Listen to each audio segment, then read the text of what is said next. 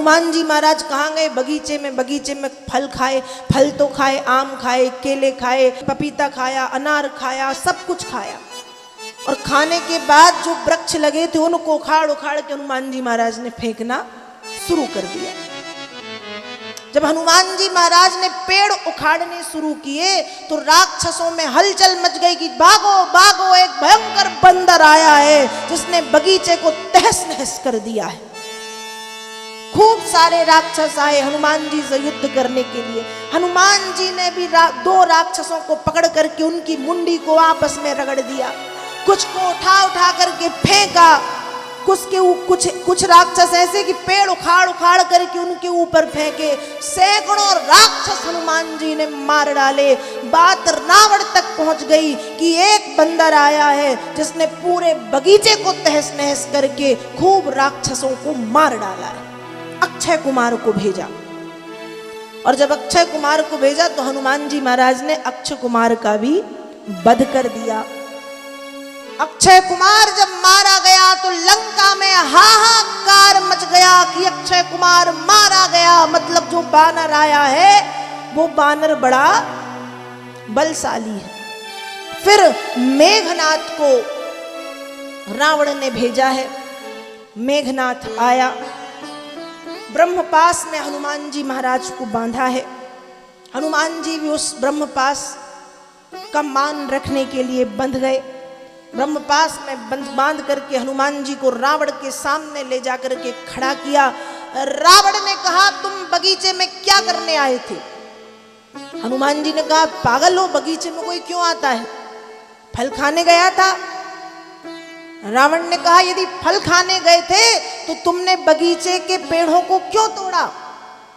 हनुमान जी महाराज ने कहा, तुमने इतने सारे ये जो नौकर चाकर लगा के रखे हैं, इनको जो तुम तनख्वाह देते हो, ये किसी काम के नहीं, भगा दो इनको। रावण कहता, क्यों?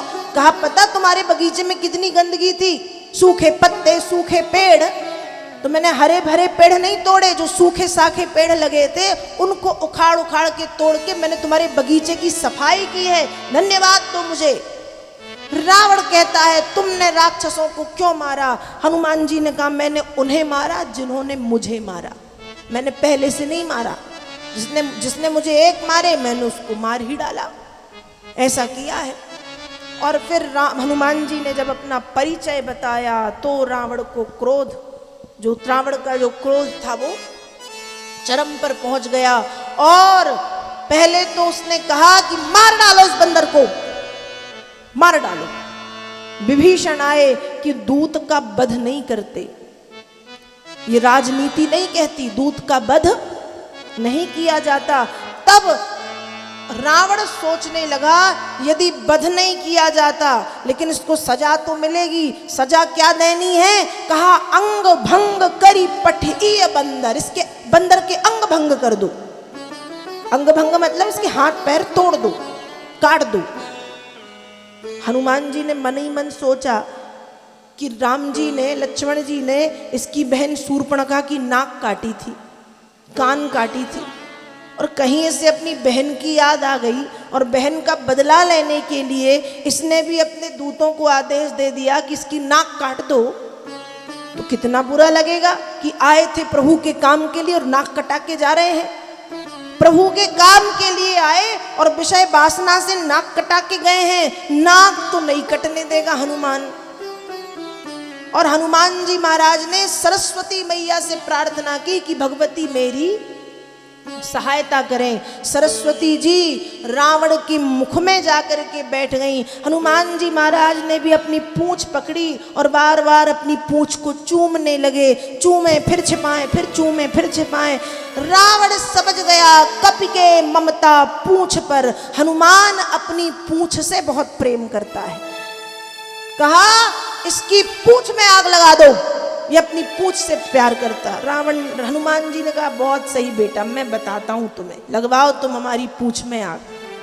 पूंछ में आग लगवाई। देखो यहां पूंछ शब्द में श्लेष है। पूंछ शब्द के दो अर्थ हैं, एक पूंछ तो वो वाली पूंछ है जो पूंछ है, और दूसरी पूंछ है पूंछ परख। रावण को हनुमान जी महाराज से चिढ़ इस बात की है कि लंका रावण की, लेकिन पूंछ किसकी? हनुमान जी की। ये वाली पूंछ नहीं, पूंछ परख वाली पूंछ। और ध्यान रखो, जब जब किसी सज्जन की पूंछ परख बढ़ती है उस समय दुर्जन को बड़ा कष्ट होता है।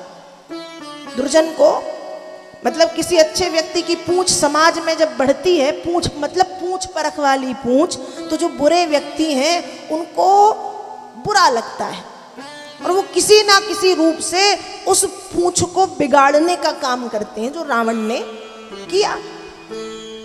आग लगवा दी। अब जब आग लगवा दी तो हनुमान जी महाराज ने भी ब्रह्मपाश को तोड़ा और जय श्री राम कह करके हनुमान जी महाराज वायु के वेग से उड़ गए और उड़ करके श्री हनुमान जी महाराज ने सारी लंका में आग लगा दी। आग लगा करके देखने लगे कि किसी का घर छूट तो नहीं गया, सबको प्रसाद मिला है या नहीं मिला, सबको प्रसाद मिला है या नहीं। तो देखा सबको प्रसाद मिला है, लेकिन लंका में एक घर है, उस घर तक अब तक कोई प्रसाद नहीं पहुंचा। तो फिर पता किया कि उस घर से चंदा आया था कि नहीं। कहते ना जैसे जिस घर से चंदा आएगा उसी घर तक प्रसाद पहुंचाया जाएगा। तो जिन जिन घरों से चंदा आया है, चंदा मतलब किसी ने कपड़ा दिया है, किसी ने तेल दिया है, किसी ने घी दिया है, किसी ने आग लगाने का काम किया है, तो जिन जिन घरों ने चंदा दिया है उन घरों में हनुमान जी ने प्रसाद भी खूब अच्छा बांटा है। और जिस घर ने चंदा नहीं दिया वो घर है विभीषण जी का। हनुमान जी ने कहा इनको प्रसाद भी नहीं मिलेगा। पूरी लंका में हनुमान जी महाराज ने आग लगाई, धू धू करके पूरी लंका जलने लगी। हनुमान जी महाराज समुद्र में कूदे, पूंछ की आग बुझाई और सीता जी के सामने हाथ जोड़ के जा करके खड़े हो गए। यहाँ जब सीता जी के सामने खड़े हैं, हनुमान जी के बल और पराक्रम को देख करके सीता जी बड़ी खुश हुई हैं और सीता मैया हनुमान जी से कहती, हनुमान एक बात पूछे? जी माँ पूछो। हनुमान तुम्हारी पूंछ में आग लगाई गई थी। हाँ लगाई गई थी, पर तुम्हारी पूंछ का कुछ नहीं बिगड़ा। हनुमान जी कहते हैं माँ बिगड़ा तो कुछ नहीं, लेकिन इसमें मेरा कोई प्रताप नहीं है।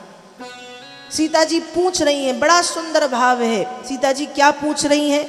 लंक जला के जली भी नहीं, हनुमंत विचित्र है पूछ तुम्हारी, कौन सा जादू भरा इसमें, हंसी पूछती है मिथिलेश दुलारी।